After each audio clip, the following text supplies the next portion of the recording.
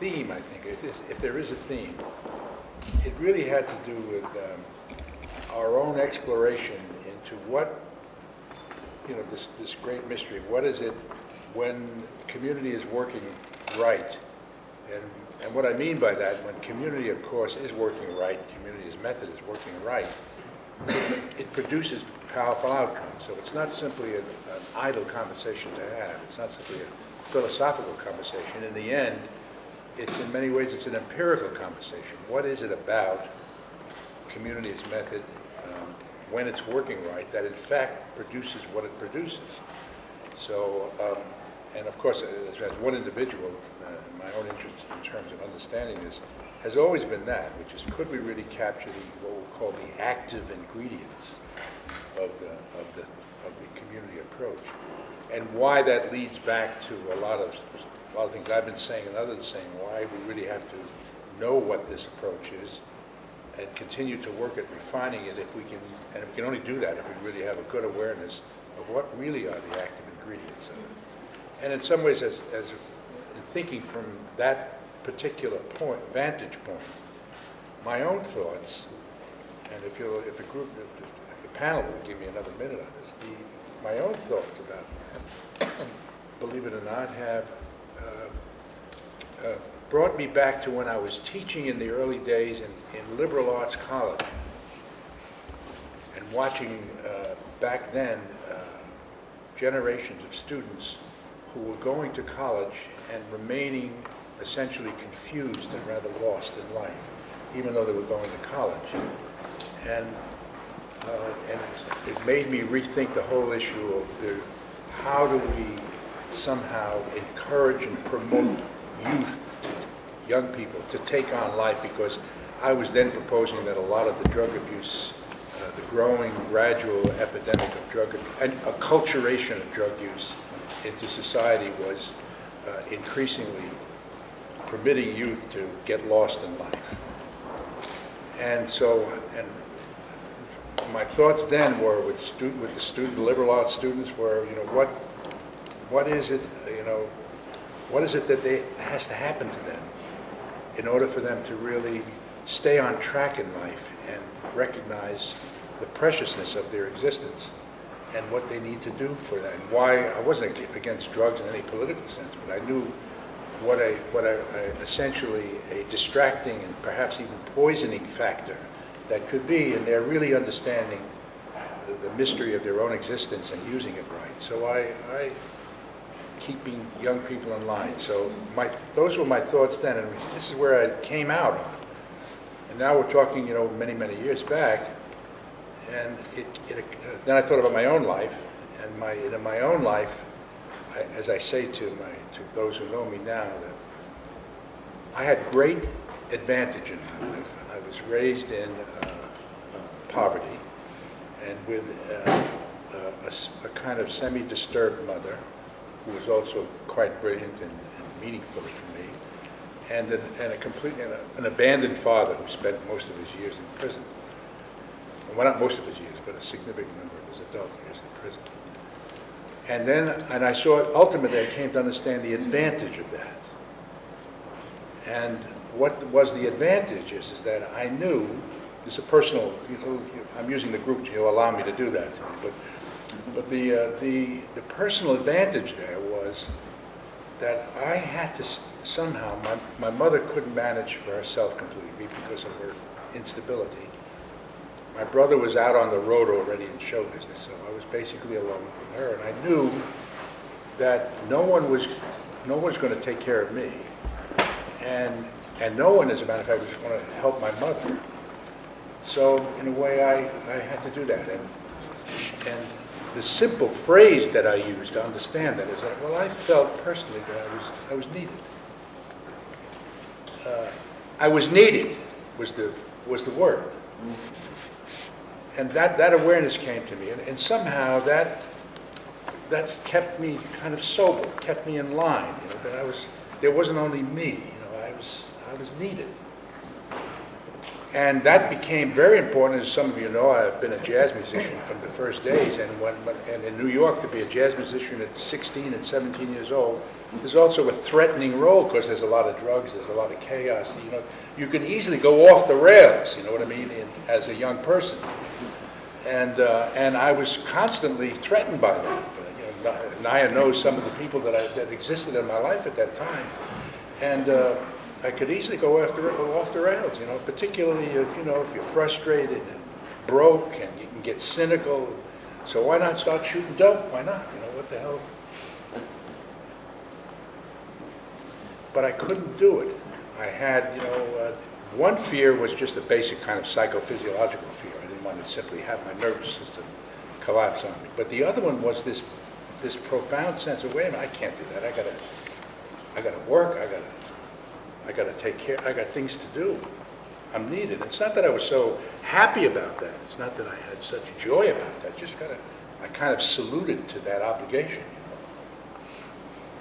So that's a personal experience. You may not share that experience, but what I learned, from that experience and who I was then, I realized when I finally got into new roles in life, like being a college professor and so on, and a psychotherapist and so on, I began over and over seeing what today we would call my lifestyle then a disadvantage, right, coming out of nothing. Food stamps, welfare.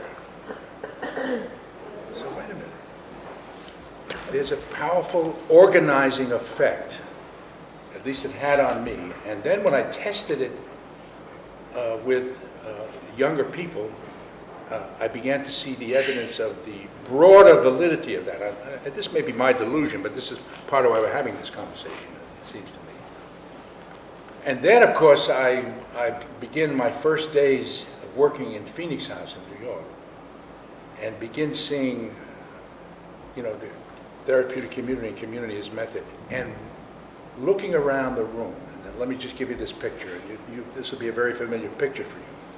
Walk into a Phoenix House facility in New York, and remember who's living in there. These were people with highly disordered, damaged lives. We know who the profile was.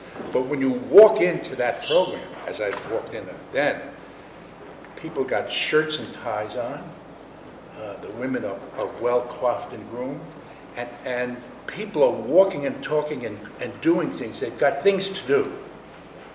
You don't see a treatment program there. It looks like simply a village in motion. You know what I mean? We're walking there, people got things to do. You go to the front desk, who are you, and so on, and people are moving at much more vivace rather than andante, if you understand the music, the speed of this. And of course, what I was actually beginning to see is, of course, so many of those people were in motion because this community where they were needed them. Yeah.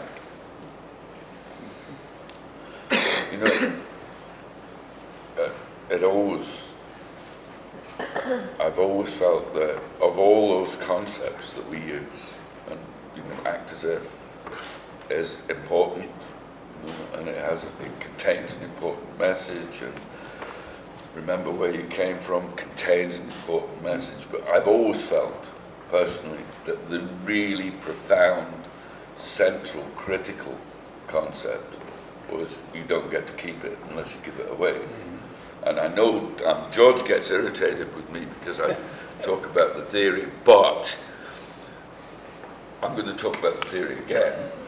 And I'll get irritated again. But yeah, that's okay. But the reason I'm about to say what I say is to tell you that this notion has a long historical context. And I want to talk about Hannafin. People know about Hannafin? No. Almost nobody ever knows about Hannafin. Hannafin was a schools inspector in the 1920s, I think, in the United States, and noticed that in some schools children did significantly better than other schools, and yet demographically these institutions looked very, very similar. And what he found was much more social interaction between teachers to pupils, pupils to teachers, pupils to their parents, parents to the teachers, and so on. And he coined the phrase social capital, which people like David Best more recently called recovery capital. And as all good Americans do, he came up with a slogan, because Americans do slogans. And his slogan was use it or lose it.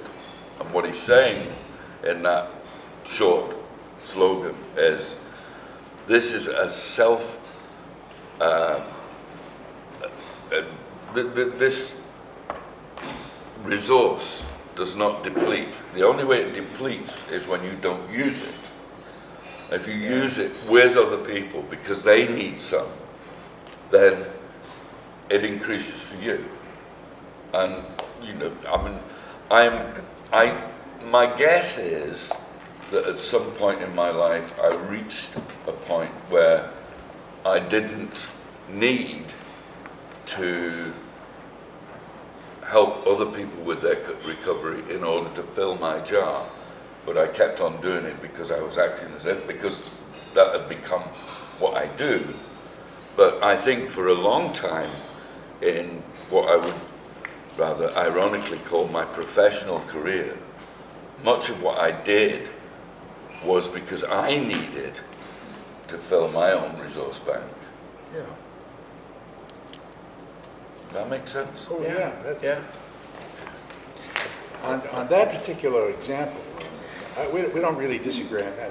I think it's a little bit different than the Zimberg. Yeah, it's certain from Zimberg. A little bit of my own narrative on this. It makes a different point, but a very valid point, which is the meaning of giving it away. And my best understanding of that is that every time we're teaching individuals, or trying to teach them to give it away, the mechanism that's really working is simply you're reinforcing it for yourself. Every time you essentially are trying to help somebody else. Why that works as a very powerful change mechanism is because it's reinforcing for you, you know, what it is that you are still trying to learn and stabilize for yourself. And that's one of the straight social psychological principles that seems to be quite obvious to me on this, is that when we're talking about pulling people in and telling your story and trying to reach out to them, you're simply really rehearsing and continually rehearsing it again for yourself. And that's what's so strengthening about it, I think. But this, go ahead, I'm sorry. No, go ahead. I just wanted to get us back to, because I thought this was part of the theme of this talk, which was this active ingredient. And there's a lot more to talk about. I certainly want to hear from you on this. But this active ingredient of this concept of being needed, the experience of being needed, and how that can become an organizing influence in your own life, if that can be achieved. I am needed, incidentally, which is different than I'm wanted or I'm loved. Those are different. Sequential generations of middle class and upper middle class Western people have loved their children and wanted their children. But paradoxically, one proposition I have from this is that over time they become less and less needed. Right. And one reason it's kind of paradoxical, because they're loved, their parents wanted to give them things, they didn't want them to have to struggle, they didn't want them to suffer this way, you know, and a way of expressing love is to provide for them. We'll give you college, we'll give you this house.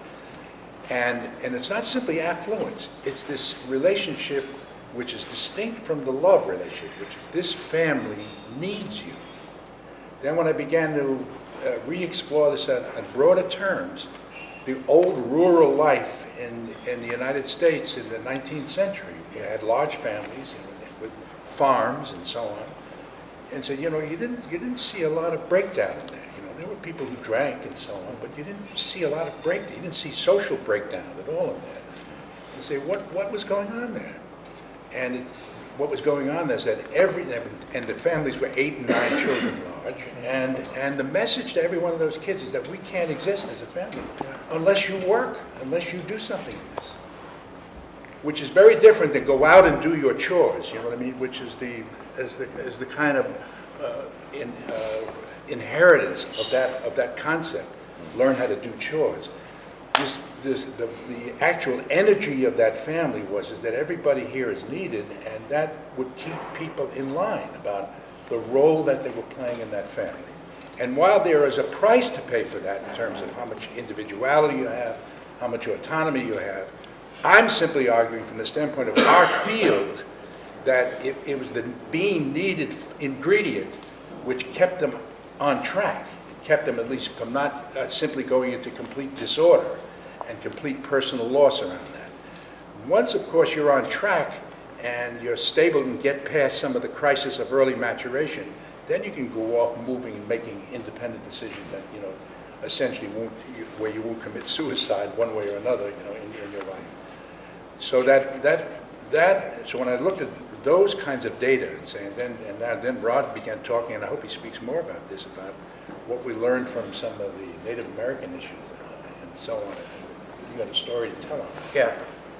Why don't you tell it? Well, I think the thing we have in common is this kind of, we've all devoted our lives to community, Yeah. essentially, to building community. And yet, it's kind of a mystery. And I think this conversation is really about the mysterious or aspects of community. So let me string together a couple of thoughts I've had. One was something a few years back, reading about wolf children. Not back 100, 200 years ago, there were actually some studies done of children who had actually, wandered off, and most of them, of course, died, but a few of them were actually were adopted by a wolf pack and raised by a wolf. You're familiar with this, right? Well, it's interesting because when they recaptured these kids or got them back again and tried to reintegrate them into a human family, it didn't work very well. They never could learn how to speak. They were extraordinarily anxious all the time, and just could never quite fit. They weren't very successful as wolves. Okay, they had some genetic adaptations that weren't possible, but they couldn't really become what we would consider to be human. So here you have what I think the profound thing in this is that they had the genetic capability to become what we consider to be human beings, but they did not have the socialization that makes us human. They become Homo sapiens, but they couldn't become humans. Okay, and so that says a lot about socialization and the really important role in our lives that socialization plays. That's what makes us human. It isn't our genes. The genes give us the phenotype and genotype. The genotype is that we can become Homo sapiens. But the phenotype is socialization that makes us human, what we recognize as human. So I've thought a lot about that, and then I was reading this book by Sebastian Junger, Tribe, which I would really recommend to you. It's a short book. And he starts out by asking a question that he had been pondering since he was a kid, which is discussions with his dad, in which his dad pointed out to him when Europeans came to America, of course, what did they meet? They met the people who were living there. Our ancestors were the first undocumented immigrants in the United States. And there's a great joke, where you have all these 3 or 4 Indians sitting around saying, "Tired of immigrants? We feel your pain." Okay, so the thing that troubled our forebears was that many of the Europeans went and joined the natives and lived in tribal communities, none of the natives joined the, quote, more advanced society. And this troubled them greatly, because why would civilized people join the savages, but none of the savages would join this wonderful advanced society that the Europeans were bringing to the United States before it was the United States. And the descriptions of people who joined the tribes was the feeling needed, the egalitarian quality of it, the lack of hierarchy, the profound interdependence, that sense that you were needed and there was a role for everyone to play. And this concept of sharing, of being deeply connected and close to a group of people is something I think that resonates and has always resonated in therapeutic communities. It's one of the reasons that people fall in love with living in community, is that sense that we have of a deep and profound connection with other people and the sense of being needed, and which is so critical for us attaining the highest and best of our humanity. And so, community can form in a lot of different ways. It can form traditionally, by people living in a certain area and sharing languages and customs. That, of course, has broken down enormously in the last few hundred years and is accelerating very dramatically, so that we have more wealth than we've ever had as human beings, more mental illness, more alienation, more depression, because we've lost that sense of connectedness with each other. And of course, the therapeutic community is in some ways an answer to that. It is an intentional community, not based on blood, not based on traditions, except our own traditions, which are, it's something that we recreate by intention, what used to be created by geography and tradition and so forth and so on, to get this sense, this very deep need we have as human beings, because, as Younger points out in this book, for 10,000 years before modern society, everybody had this sense that the only way you could survive as human beings was in community. That nobody could make it on their own. That the necessity for sacrifice for your community was absolutely required. And in losing that, we've lost something which is deeply embedded in us. I don't know whether it's genetically embedded or whatever, but deeply embedded in our nature, that need. If I may, in terms, there's the therapeutic community, and a friend of ours who's since passed, who was actually the 39th person to go into Synanon by the name of Zev Putterman. He and I had many conversations, and he was the person who said, therapeutic community, teaching community. These are teaching communities. We're both teaching. We are, it's a noun and a verb.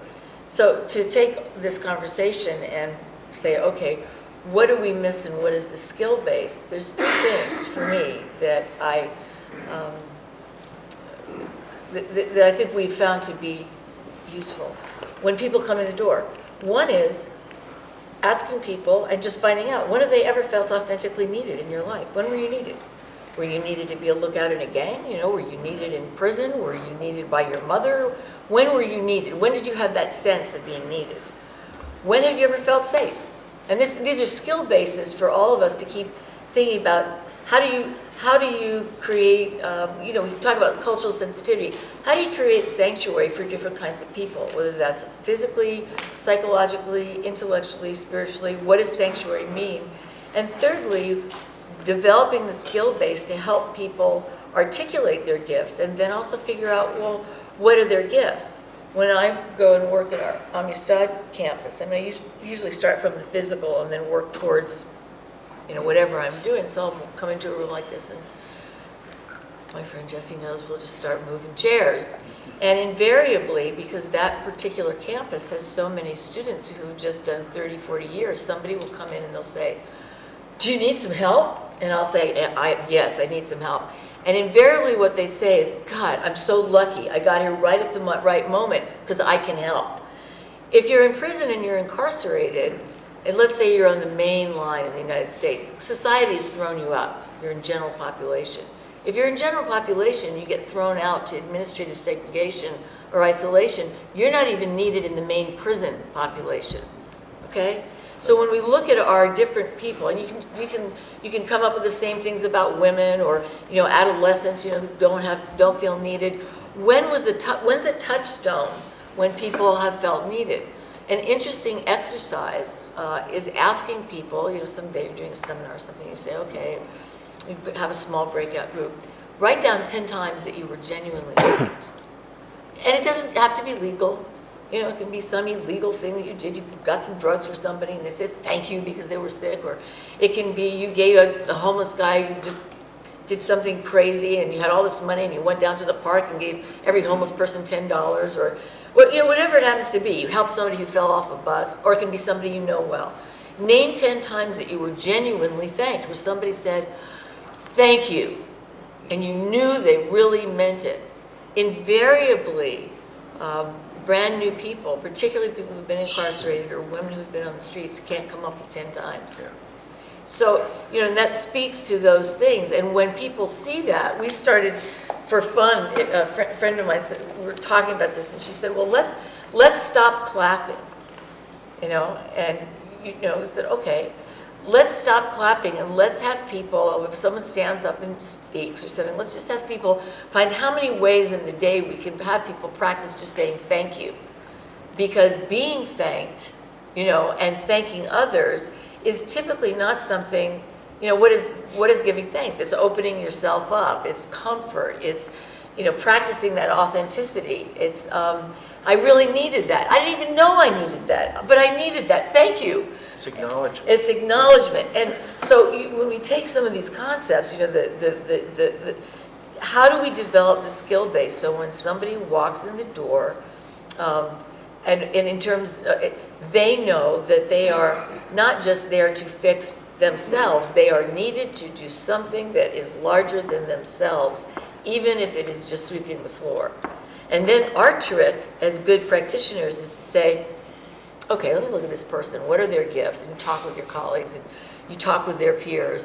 What's something that we could ask them to do and need them to do that would lead them in the direction of discovering gifts that heretofore they had no knowledge that they had, right? The attorney's son finds out that he's incredible with his hands, right? The carpenter's kid finds out, I like reading Socrates, or whatever it happens to be. And that's when you get that's when that tapestry of community starts getting exciting. And I kid with George over all the years, I say, I don't know if we would have had the kind of great research we had if you wouldn't have been a jazz musician, right? Because, you're playing jazz and other people stand up and, gee, I didn't think about that. That's another question. How do I respond to that note, right? And so, I've always used that analogy is so good. When community is really happening, it's like the best jazz in the world. Just to... Please. Yeah, sure. Or is the only your fork talking? No. So I can agree that the family is less important as in the concept of being needed, but I think being needed starts already when you're a child. You need friends, other friends to play with. If you look at little children who play together, that's a role playing and they need each other. And now younger guys, they go to a sport sport clubs. If you are in a group of playing sport. Do you need more volume on this? Sorry. I'm just saying family is not that important anymore, but now in the society, our kids are they get the feeling of being needed in other places. It's in sport clubs. It's when playing together with little friends in kindergarten it starts. It's in youth organizations like the Scouts or whatever it is. That they can really get the feeling of being needed. So I think it's changed. People still are looking for places to be needed and what they do together with other. It's not the family that is that important, but there are other places. I mean, I think what we're saying here is that this is a central concept. If I may, just two little pictures of community working and not working. Not working first. People will probably be unfamiliar with St Kilda. Anybody heard of St Kilda? No.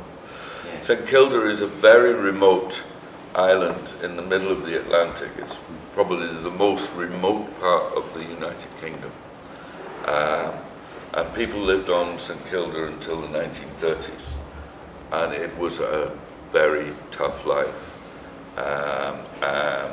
A very patriarchal community. A lot of the time, a lot of the way they sustained themselves was climbing the cliffs on the outlying islands, which is horrendously dangerous, and collecting seagulls' eggs and fulmars, the seagulls. Is this that book, the Peter May book?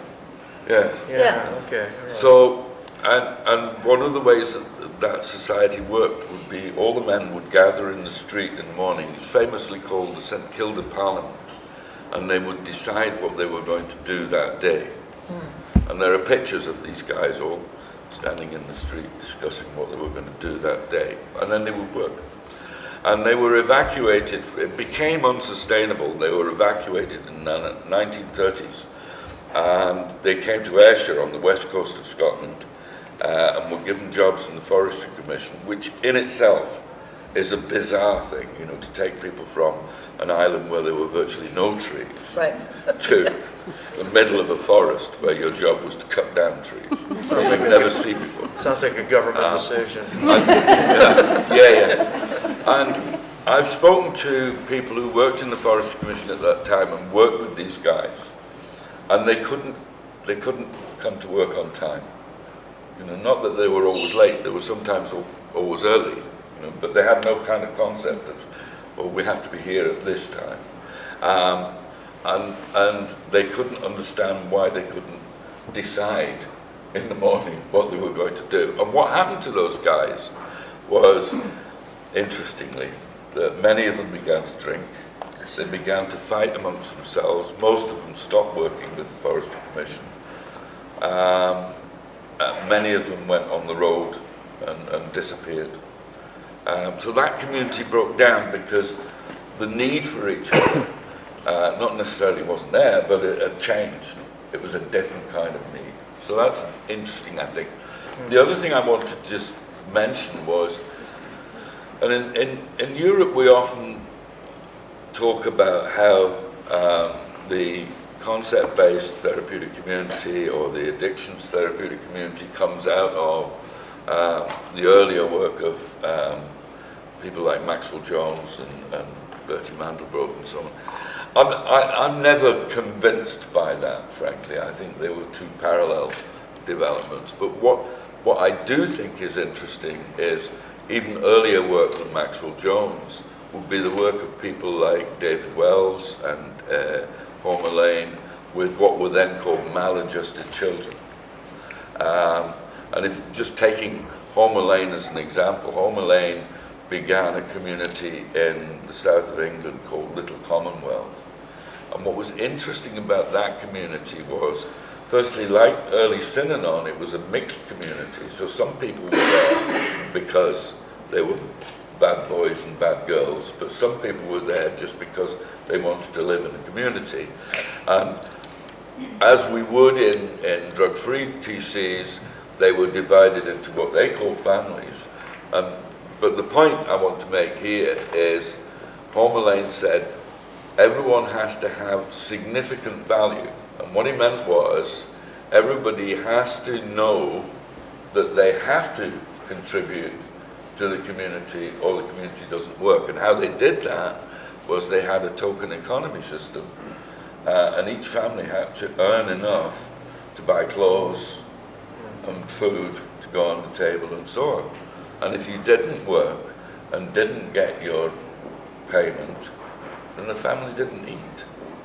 So you need, everyone in that family was needed to produce the money in order to be clothed and fed.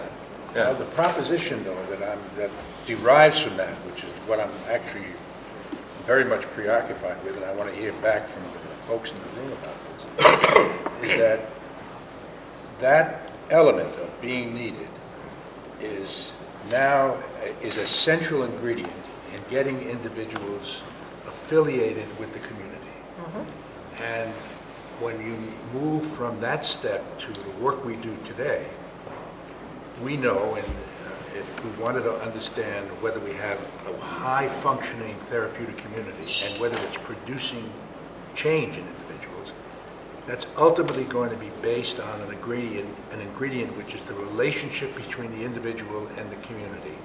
Are they affiliated? That is, in the earlier language, we talk about people buying in, in the process of individuals beginning to buy into it. But if you finally kind of clean that phrase up and you say, what we're really talking about is two familiar words, which have to do with, aside from the word need, has to do with affiliation and alliance. Everybody knows in psychotherapy that the most active ingredients in psychotherapy across all psychotherapy schools is the relationship between the individual and the therapist. Mm-hmm. And that was ultimately, conceptualized as the word alliance. And if that alliance is well formed, then the possibility that the individual, the patient, if you like, in that case, is going to stop, think, look, and listen about their lives, and would then associate with the idea they're safe, they trust their therapist, and so on. But that's the concept of the alliance.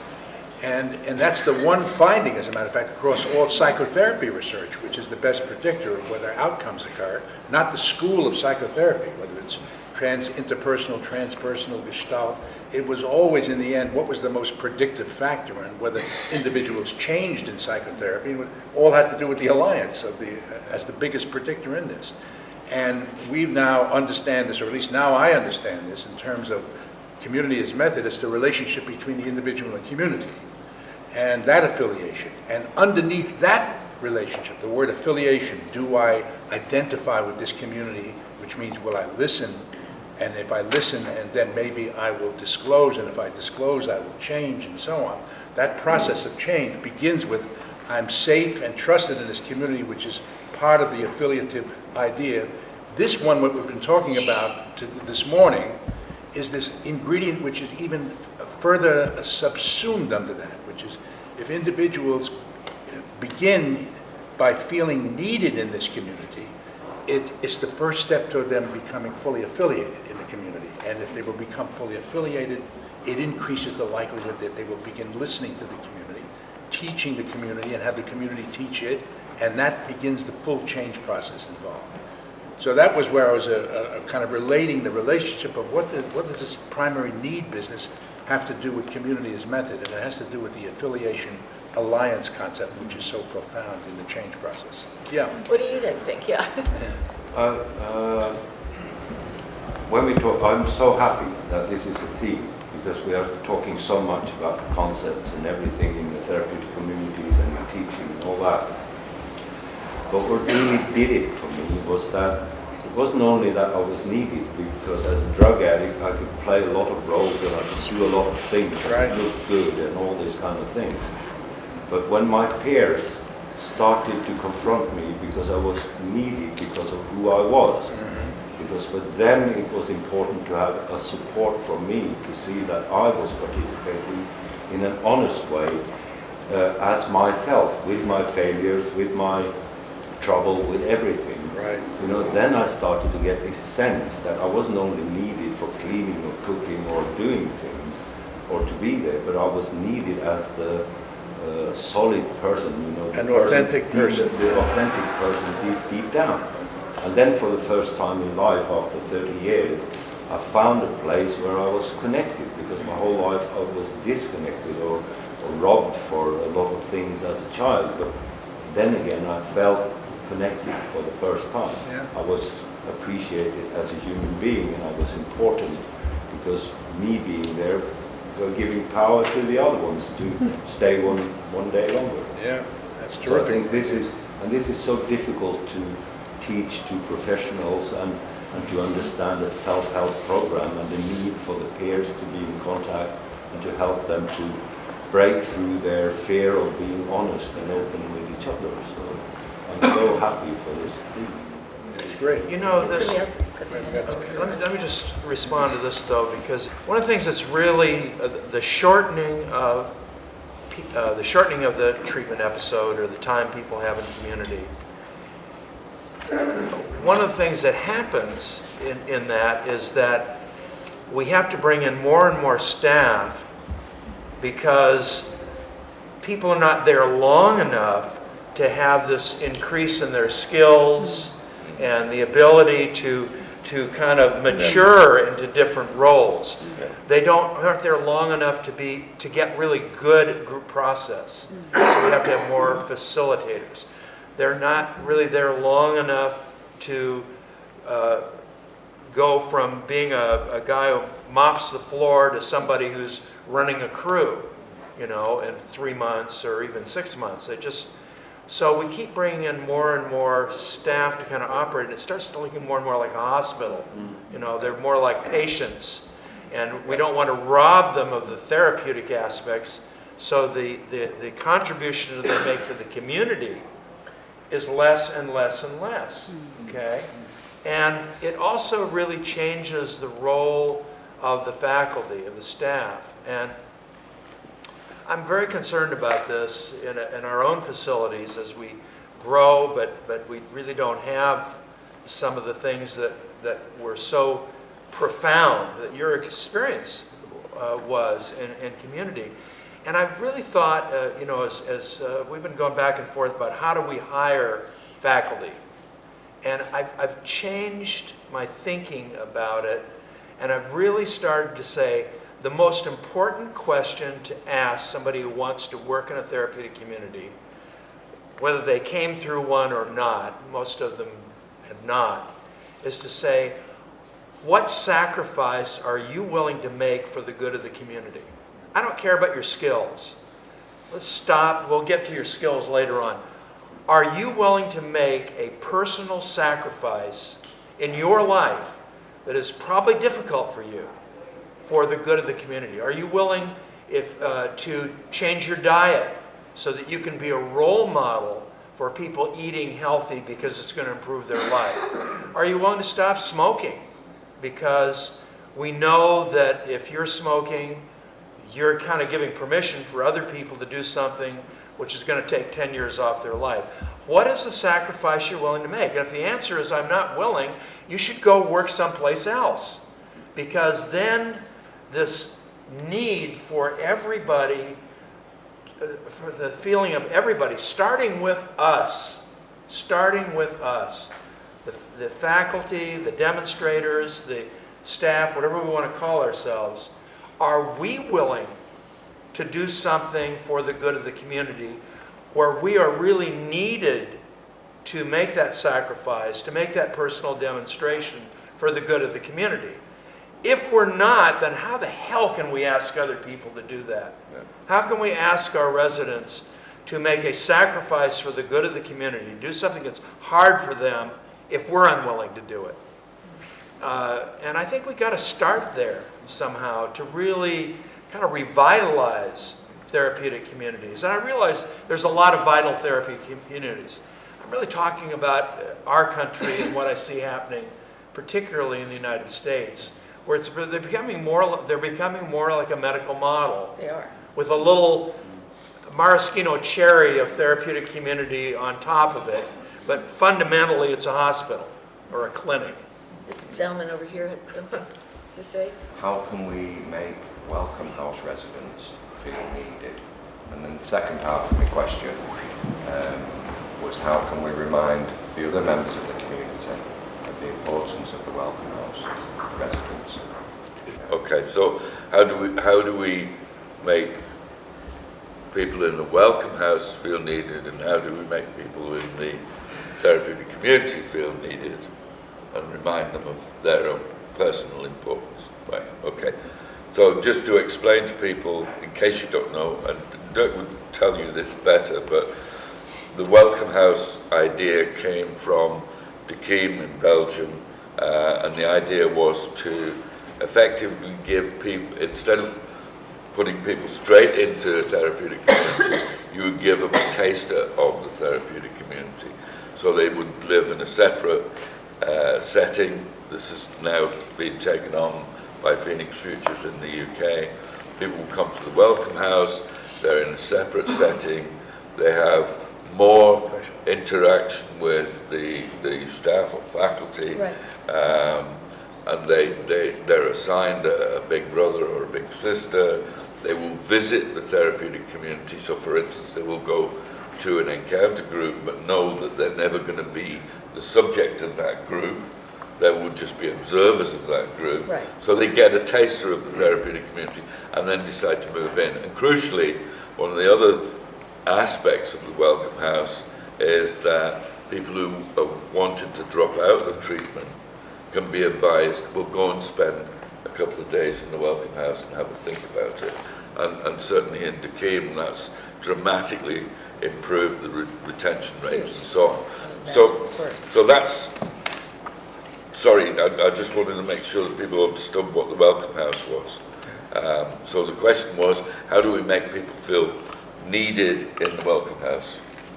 What has been most successful for you in that work? Because I'm sure you've had some trial and error where, oh, that worked, and then, that really didn't work. So. It's going to sound like a cop-out, but I've literally only been working there 8 to 9 weeks. I mean, I have researched it, and I suppose in that short period of time and reading and observing, sometimes I feel that there's almost a disconnect. So people in the Welcome House may not necessarily feel needed, and other community members sort of forget that they were in the Welcome House and feel. So that's why I was asking you. It's a very good question, and it's a question that's good for us, but it's also a great question to ask the actual people in the Welcome House. Like, when have you felt needed in your life? What do you feel that needs to be done here? When I've asked people, what do you think needs to be done in this community? Even if someone's in the door a day, I've gotten some of the most incredible feedback. And part of our task as practitioners is for us to be we need to always be going into school. We need to be students in the lives of the people that are coming in the door. So there's that. And then there's the vocabulary. I love that. We call it thresholds, but I love the welcome house because it's such a good word. There's that whole thing of when have people actually felt welcomed in their entire life? Yes.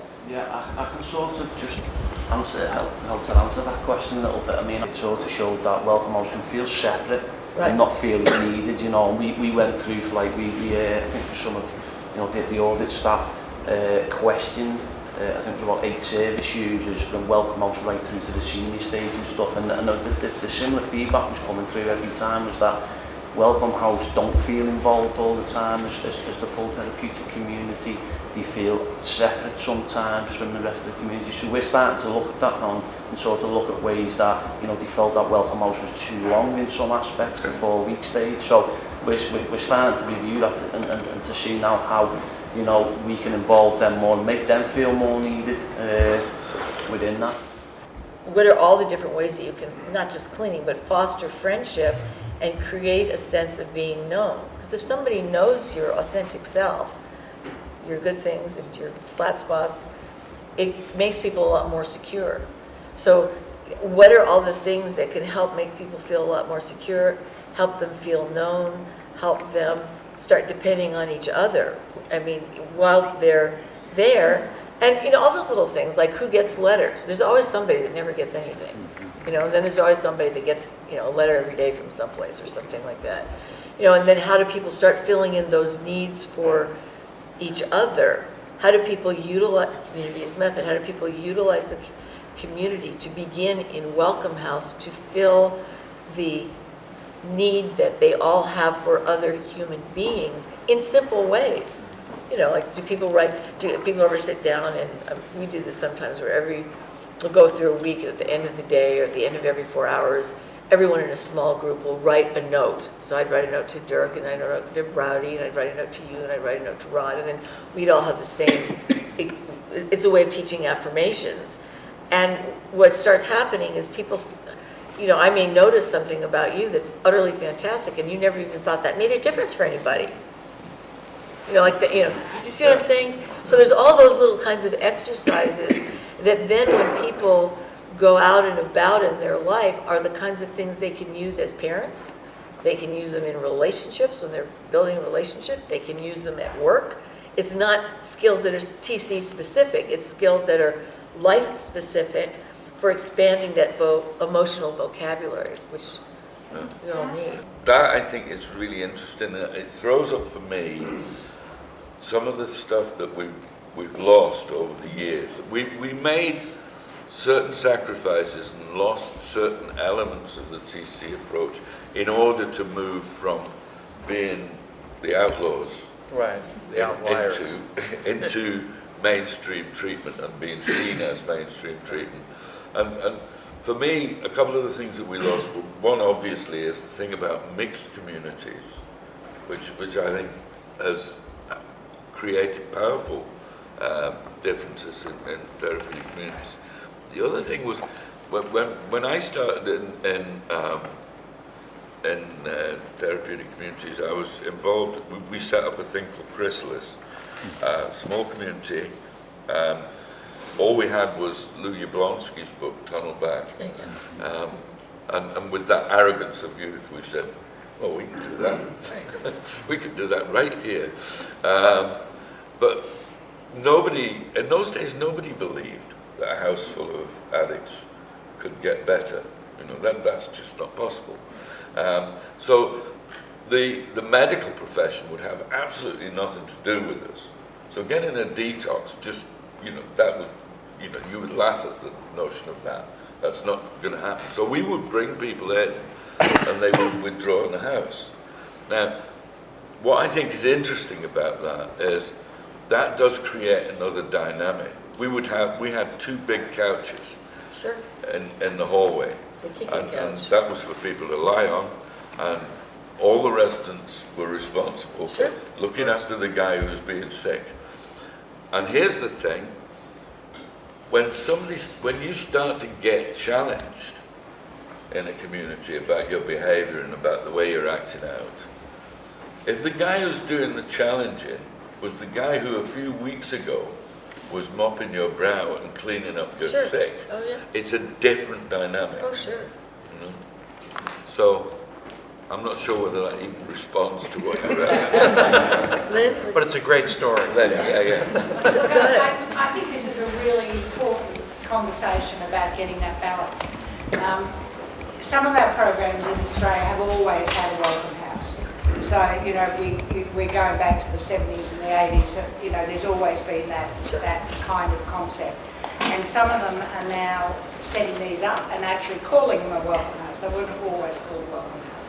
And I know that a couple of our programs in New Zealand and also one in Melbourne have just recently established them. The Lee community, when it was set up, actually had that process. But one of the things that actually happened, it didn't work very well. Because one of the things that you can sometimes lose if you don't start to get the residents coming together soon is that kind of modifying of behaviour, you know, they don't get the peers.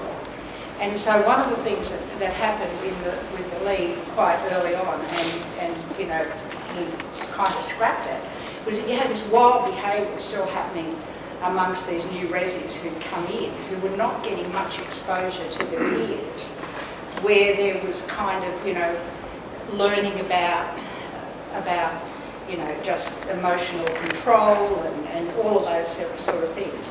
So, you know, getting that kind of idea about how you bring people in and start to bring people in so that they have exposure is a really important one.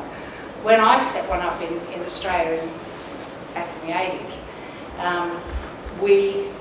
it actually wasn't a welcome house. It's just that the people in that early stages of treatment did their program together, but they did it in a unit within the main TC. So, yep, they went off, you know, the other residents were doing their stuff, they went off and they were doing theirs, but they came together for lunch, they came together for, you know, for various things, and they were together for morning meeting and so on. So I think the way in which you get that balance is really important. You don't want to frighten people off. At the same time, you also, because this is about the community, you also want to make sure you're introducing them to the community. And those kind of things about how you behave and what's expected of you and all that. It's not a staff member sitting you down and going through a rule book. It's actually how your peers are working with you. I've got a question about the welcome house. So, Who's managing the welcome house? We have in Sheffield adults, we have Faculty's managing? How much are the residents doing in the we have a department coordinator, welcome house coordinator. What? We have a welcome house coordinator in Sheffield, so one of the peers, one of the So, primary you know, ones. the entire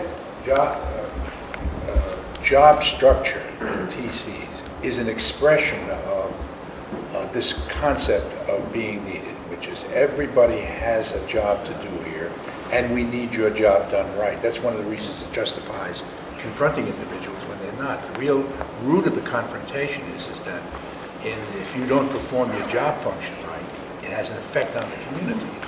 So we try to address this already in the original TC. That was the element I think that was one of the things. fundamental. What? Yeah, it was one of the things that stood out for me, George, when you talked about you walked into Phoenix House and everybody had a job, they were active, they were doing stuff. I remember going there in the 70s, and that was the thing that struck me.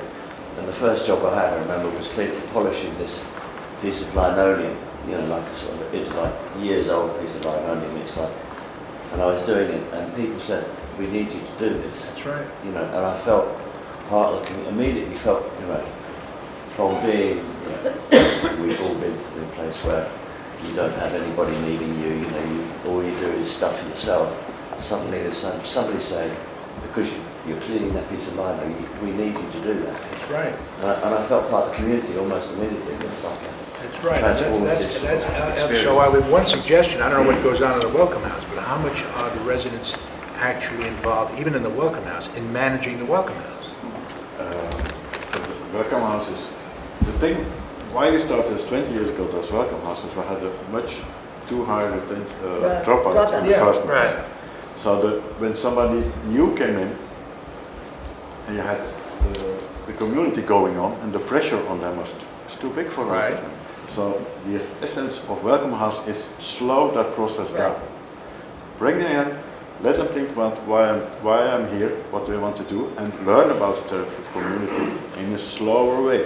Right. So the welcome house is run by staff members, but residents from the therapeutic community, every day there are residents of the community coming into the welcome house, working with the new residents. So it's their job. And the new residents, they also cook themselves, they get a job.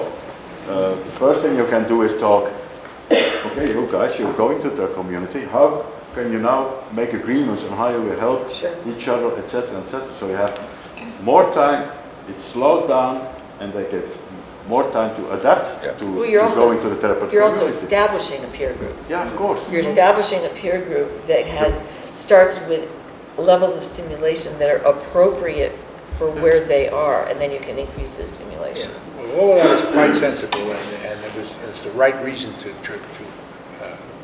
use a welcome house approach to see if you can change their ultimate engagement in primary treatment. All I'm suggesting in this is that they could hear from day one that even where they are in their lives, what goes on in this little environment, that they're needed to just maintain simply the safety and health of this environment in terms of their job functions. They can hear that.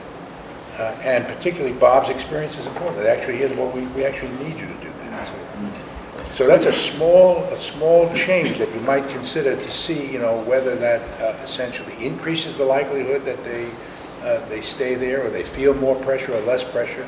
The hypothesis is that, if you say that in a civil way, that it could increase the likelihood that they can buy into this.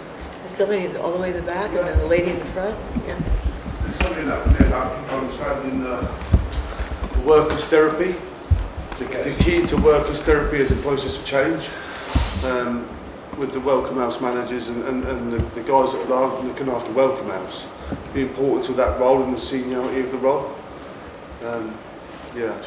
Okay. About 20 years ago, we had a meeting in Washington, D.C., and it was a lot of the old-timers. Mitch was there, and David Deitch, and Alec Ampura, and, blah, blah, blah, blah, blah. Guys. And yeah, really, But it was the guys. it's true. Okay, let me just say that. It was the guys. But I have to say this. There It was good, but it was guys. There were some very.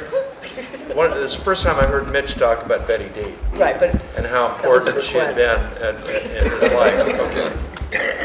But Good move, Rob. once again, walk okay, into that I got my assignment was to talk about work in the therapeutic community and the importance of work. And somebody said during the discussion we had, if you come into some place for help and they read your file, you're in a clinic. If you come in and they hand you a mop, you're in a TC, which is of course a little bit overstated, but that immediately that sense that you're talking about, Bob, which is we need you, there's work to be done, so forth and so on. And I think that one of the experiences I had that was really interesting when I was in Synanon was we took a camping trip, and with it was about a half, 10 of us, I guess, and there were people who had been in Synanon for a while. That camping trip was more revealing in terms of where people were at in terms of their character than most of the things that we were doing, because and I think what I'm getting at is who was going to wash the dishes, who was going to dig the trench, who was going to put up the tent. It was very, very simple, but it was very clear, And then we had some good encounter groups, okay, in terms of people who were suddenly gone every time there was time to wash dishes or whatever. And what I'm getting at is that in some ways, the taking of government funds, which is something we did pretty early, there was this divergence between Synanon, which was totally, we're going to make our own way, we don't want government regulations, and the decision to take government. And when we take government funds, one of the things they do is this cocoon comes around where you can't do anything on the terrible fear that you might somehow or another injure somebody psychologically or physically. And you get all these rules and regulations, and pretty soon you can't require people to really live authentically in community, okay? Because the risk management mentality takes over the community.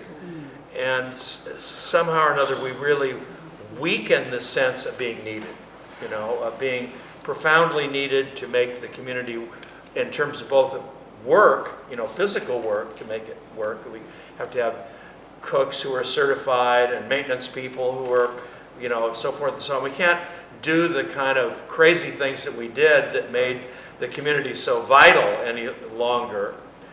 And we also take away, with the emphasis more on therapy rather than peers, we take away some of the vitality and need that you were talking about, in terms of all of a sudden people really needed me to be an authentic friend, somebody who would really be there for somebody else and in their hour of need, to be the person who would make a group, You know, when it kind of came time to raise the bar and say the things that were really hard to say, I knew it was kind of up to me to make that decision so I could make it safe for somebody else.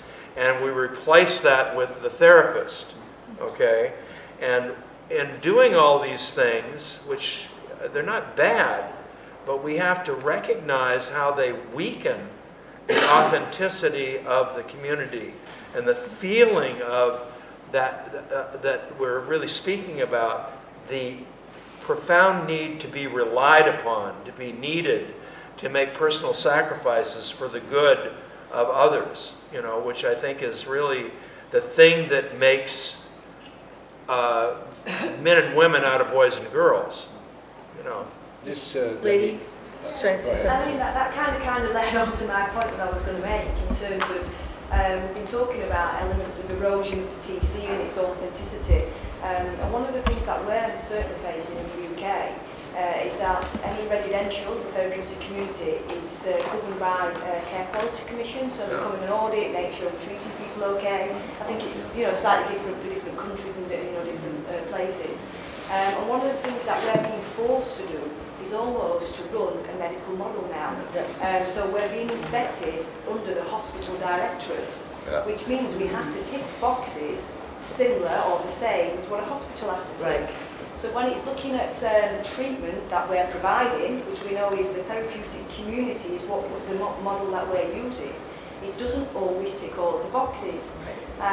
So for example, you know, they're looking very much for how many hours worth of intervention is taking place between, you know, key worker and professional and the patient, the individual. How could you possibly have peers, other residents, taking responsibility for other residents by escorting them to a hospital appointment or a doctor's appointment? That's a paid worker's job. You can't do that. And it breaks down the whole ethos of the therapeutic community, which is a real frustration and a real struggle. And as every month and year goes by, I see bits and elements of it slipping away because we're almost being hit over the head to say, no, no, no, you can't do that anymore.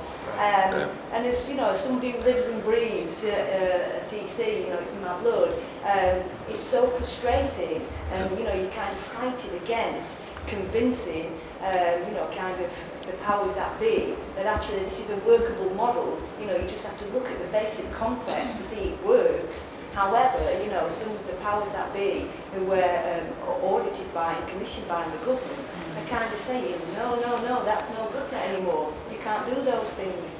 And it's so difficult. So I just wanted to give you that feedback, but also, how do we move forward with that? Because if we're not careful, in another decade, the TC is going to be unrecognisable because we're not able to teach things that are fundamental to the TC. Well, this is where you should hook up with Lynn. I'm quite serious, because when we have places in the world, this is the, you know, efficacy of these kinds of meetings. You have places in the world where somebody's really pulled off that level of standard, specifically around community as method. We have an obligation to our students and those in need to try and replicate it.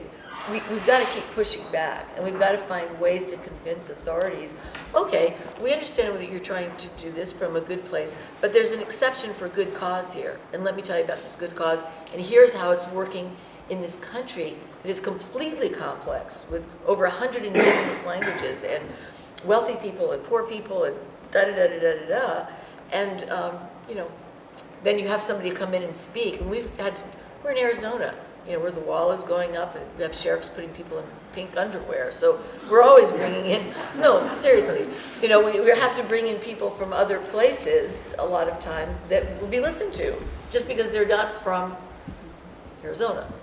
Okay, before we answer, just a minute and I'll get to you, but I just want to, what I was thinking about was kind of an analogy to this. There's an educator by the name of James Coleman who wrote a very interesting paper back in the 60s called How the Young Become Adults. And what he talked about is kind of analogous to what we're talking about, which is, he said, in order to protect the young from these horrible conditions, the factory jobs and so forth and so on, we essentially cut them out of adult lives, okay?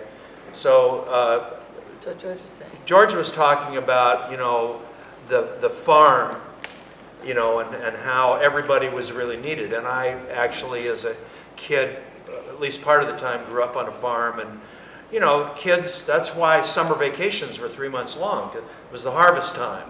And, you know, we were given dispensation at 12 to be able to drive trucks that had, you know, 15, 20,000 pounds of wheat on them to take them in because we were needed, you know. Otherwise, you had to hire somebody to do that, and we didn't have enough money to hire somebody. So the kids were allowed to drive tractors, you know, big heavy equipment, and drive trucks, you know. That would, God help us if you didn't know what you were doing and ran into something, you were going to destroy whatever it was, including yourself. So, but what has happened more and more and more in our country and around the world is that in order to protect children and to give them this valuable education, we have separated them from the world of adults. So dad goes to work, the kid grows up, never seen his father at work. They are essentially isolated from the maturing influences of being around adults at work and understanding, because our lives are what? As Freud said, love and work. So they don't see the work side of our lives at all and are therefore pretty confused about what is adulthood. And we've sort of extended childhood now into the 20s and 30s, I think, as a result of that. To some extent, that's what we're kind of doing in TCs now. We are we're in this kind of coddling phase, we might say, and you know, God help us if something might have their feelings hurt, you know, or have a bad experience, you know. We've kind of essentially diluted the therapeutic community. I think that's what you're talking about. And it is a fight that we must fight. And it's a very difficult one because we're essentially swimming upstream against the way the society is really going. But we have to do it in order to save something that we know is very precious.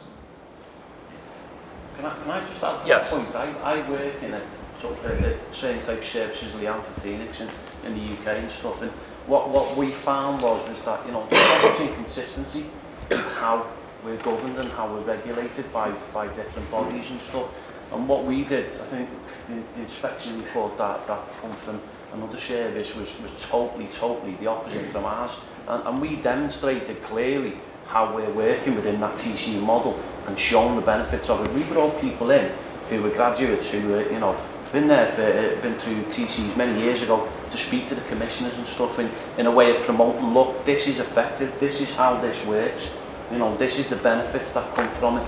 And just another point I want to make, and it's, I'm not trying to irritate George, but just in regards to what Rowdy said before, that concept of you know, can only keep what we have by giving it back and stuff, you know, that's something that I'm very big on as a manager of the service and as a staff member there, in promoting that within the service. And I think, you know what, from that initial stage of someone coming into treatment, you know, and using the use of tools in the welcome out stage to promote that, you know, sharing them experience and stuff. We bring, you know, graduates in, we bring volunteers in, we have peer mentors that really support new people to the house, that gives them that sense of being needed, that sense of feeling, you know, like that part of the TC community. Yeah. Are we on a timeline? Where are we? No, we're okay. We're okay? 20 to 11. Your concern, of course, has been my concern for numbers of years. And what you're hearing is the encouragement to fight. But the deeper question is, how do you fight? And one of the messages I hope that got across, at least in my being here for a couple of days, is that the way I've thought about how to fight is to keep trying to do it better and better. Exactly. And even though you have the barriers that you're talking about, I have still, this is what I would call all the external factors that essentially have impeded therapeutic communities and challenged them. The fact that there's funding issues and regulatory issues. And you got to remember, historically, this is the decision that therapeutic communities made. They wanted to do this. They wanted to essentially move from an alternative, marginal approach, which had a lot more liberty to it, into the mainstream. So it was our own ego problems that brought us here. And that's the internal problem. You inherited those problems, I have to tell you that.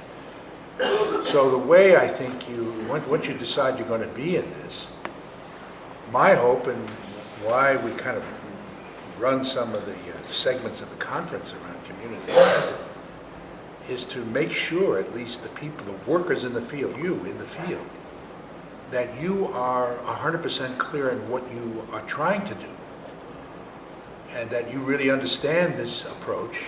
So when we talk about a rather deep, semi-philosophical issue about being needed as a fundamental ingredient of the change process, ultimately individuals who feel needed are more likely to change. I want you to be aware of that because you can be, even within a hospital setting, teaching role models that your role modeling is needed. That every day that you walk and talk the values and attitudes of this community, you are potentially impacting somebody else. So even if you're not fully convinced yet, even if you're still struggling with where you are, even if you're still not 100% committed, you're needed to be a real role model. When I talk in my prison training, I'm always thanking the upper structure, of, in terms of what they're doing, how much you needed it. Knowing these guys, they're half in and half out anyway themselves, but reminding them that when you're walking and talking what we're trying to teach you, you're potentially having an effect on other people, that you're needed here to do this. That's the real reason to be a role model. It's essentially, increasingly, they, as people who are needed in the community about how we're supposed to live, this is the way you're supposed to walk and talk, this is what the role model is, they're also practicing it. So the double clinical effect on this is, you will represent to other people like yourself what it looks like when you're in the change process, but you're also practicing it when you're continually demonstrating it, even though it may not even be stable in you yet. You may not even bought it completely yet, but you're practicing it. So these touches that we're talking about, this issue of the needed ingredient, the larger message about how to fight is you really need to understand community is meant. Don't surrender your own consciousness around this, about how it's supposed to be. We know that there are people who don't understand it, the regulators don't understand it, but I tell you, every time we have pursued the goal of let's do it better, let's do it right, in fact, it has paradoxical effects. You have increased the likelihood that any observers of this will see in many ways the coherence of it, the rationality of it, the sensibility of it. So if there is a way to fight, it's by doing it better. Yeah. It's not by essentially, giving up, retreating, and get into some political hysterics around this. What you want to really do is, we know what we're doing, and we know how to teach this. That's why even in the Welcome House, I'd like those people who walk in on day one to get a sense, that this is a place where maybe they're needed, and that's a simple one that doesn't threaten any politics at all, but it is the model working in many ways at its highest fidelity when you do that. So, and there's no guarantee on the outcome, because there are structural factors that are really true. You're not going to accomplish, the 2-year treatment outcomes in three months or 6 months. We know that. But for the moment, so you can keep your sanity and keep yourself encouraged, keep practicing the way it's supposed to be done at every step of the way. Don't you become regulated in the wrong way, in this sense. Does this make any sense to you? Yeah. Those concerns are shared in many other European countries, certainly in Norway. Therapeutic communities are classified as a specialized hospital and so on. So those, in some respects, this is part of the dance we have to dance. We're negotiating what we're prepared to give up in order to be part of mainstream treatment. If we want to remain cure DC, then we just have to get out of the mainstream treatment. I think that would ultimately be the solution. You go back to where I was in the first community I was in, when George we started this off talking about need. We used to sit down with new residents once they were kind of feeling, and by the way, they withdraw really quickly. There was none of those 28-day detoxes then. Because we needed people to, and we would sit down with new residents and we'd say, what can you bring? What are you bringing? Can you do? Exactly. And we meant it, because none of us got paid, none of us had any money. That's right. If we're going to buy food, Right. we're going to need your unemployment benefit. Right. That's the very first thing you're going to bring here. That's right. Then we can talk about your personality and all that other stuff. Give Give us your gyro. Bring your fixed money. Can I give an advice on fighting? Because I think one of the problems I have is that we are putting ourselves down with what we do, because there are so much pressure from authorities and professionals in other areas and all this.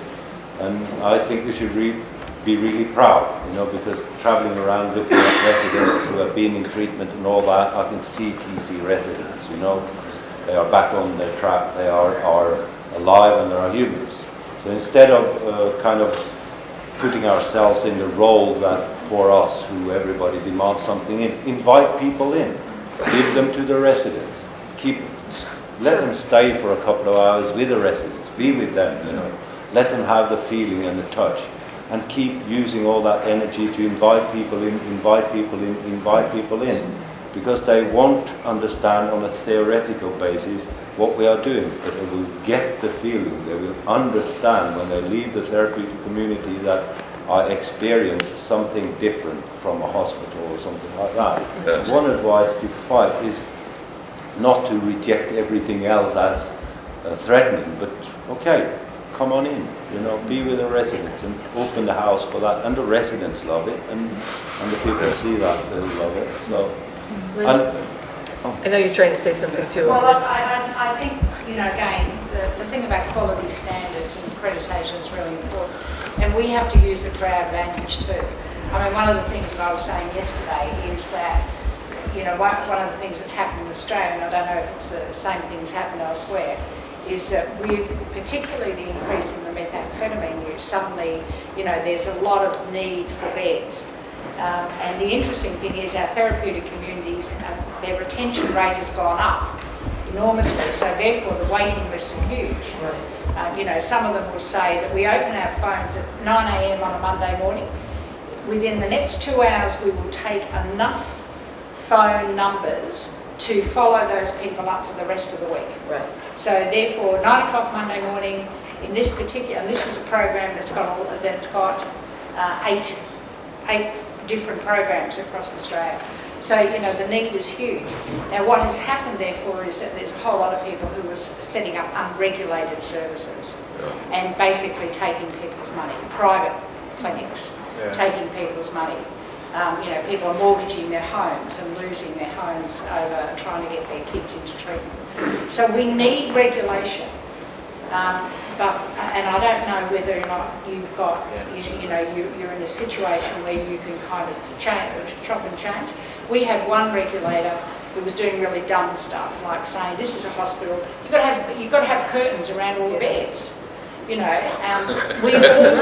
all work together, right? And this is the power of people working together. So everyone clubbed together, said, right, you're out. No one in Australia is going to use you as a certifying body. They had to change the way in which they worked in order to keep us working with them. And then on top of that, of course, we've got the ATCA standard, so that therefore that's an extra, certifying thing. So it's the power of that.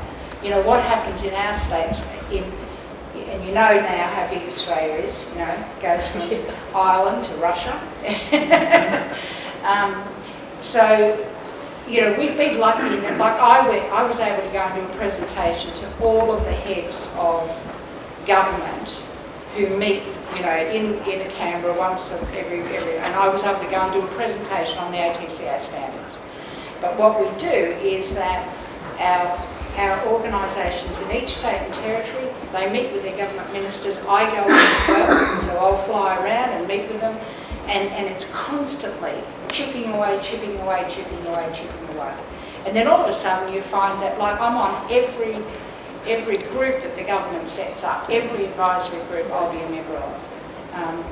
It's chipping away, chipping away, chipping away, and working together, you know, in order to and using the system, because, you know, at least you can say, you know what, we're accredited, we're certified. That means that we do quality stuff, and someone down the road isn't doing that. So I think that's really important as well. We are running, well, we've run out of time. It's 11. Well, before we simply just run away, I mean, this yes, I guess we're out of time, but I always like to take the last 2 minutes, not for me, but for you, just on feedback of this discussion, the one we've had this morning. Just want to get a sense of how you experienced it. So I don't want to go back over the issues again, but what? He's written it down. Oh, he's written it down. Just feedback on this, so we don't want to go back into the issues anymore. Just how did this discussion go for you? Yes. I love this discussion. Yes? And I think it also explains why groups like Hells Angels and You're right. they are so You're right. very good in our Western society. Sure. Because they use this concept. That's correct. That's absolutely right. That's absolutely right. Yeah. I found it really helpful in the sense of I'm not alone. Right. Even though it's not great, other people have got the same issues. It's reassuring that, you know, kind of together, you know, we can stand shoulder to shoulder and hopefully, you know, can continue to move forward and keep therapeutic as pure as it can be. So yeah, for me it's been really helpful just knowing that I'm kind of not fighting a losing battle on my own. Good. I appreciate that. More feedback. Just another minute or two. Bruno? Well, I think you are needed. That's one of the reasons I'm But I think you are more. And you don't know how good that makes us feel. Yeah. But I'm serious, because I think you are more needed now than you were 15 years ago. Yes. Sure, I Because understand. you bring this to the world again. And for many years we have listened to you and have you as mentors and all that, but you are more needed now.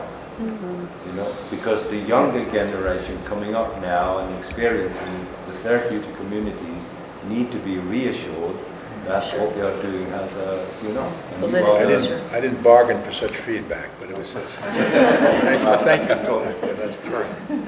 Just again, one reason is which we're trying to really clarify: is this a good format? Is this a useful format? And so, you know, that's really what we're kind of testing out. 50 years on, I am revitalized by the knowledge that we are filling a very profound and deep human need.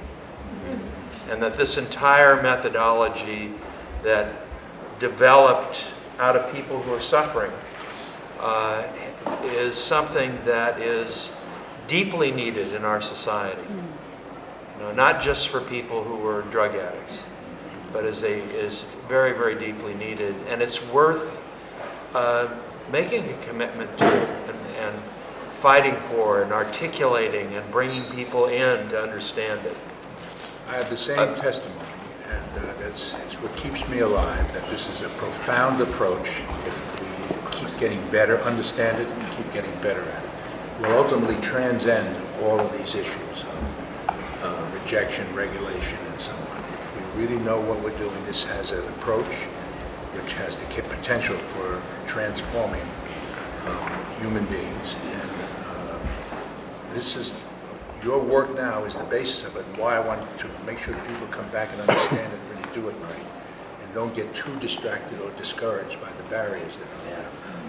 Just on those 2 points, as a thought for you to take away with you, one of the reasons why we were able to take the therapeutic community concept into the mainstream and get people to give us public money for it was that drugs were so new and so scary and nobody else knew what to do. Okay? So, well, they're doing this wacky stuff, but it seems to work and we don't have anything else, so let's do it. Okay, now, take that thought and think, what else out there is really scary that we could apply the TC model to? Huh? And I'm thinking child soldiers, immigrants, sex Sex slaves, trade, human trafficking. Yeah. These areas, nobody knows what to do with people like that. We could take the TC model into that. Yep. So And it's schools. just a thought. Bullying in schools, you know, Yeah, yeah, yeah. it's huge. Well, thank you. Thank you, all. everybody.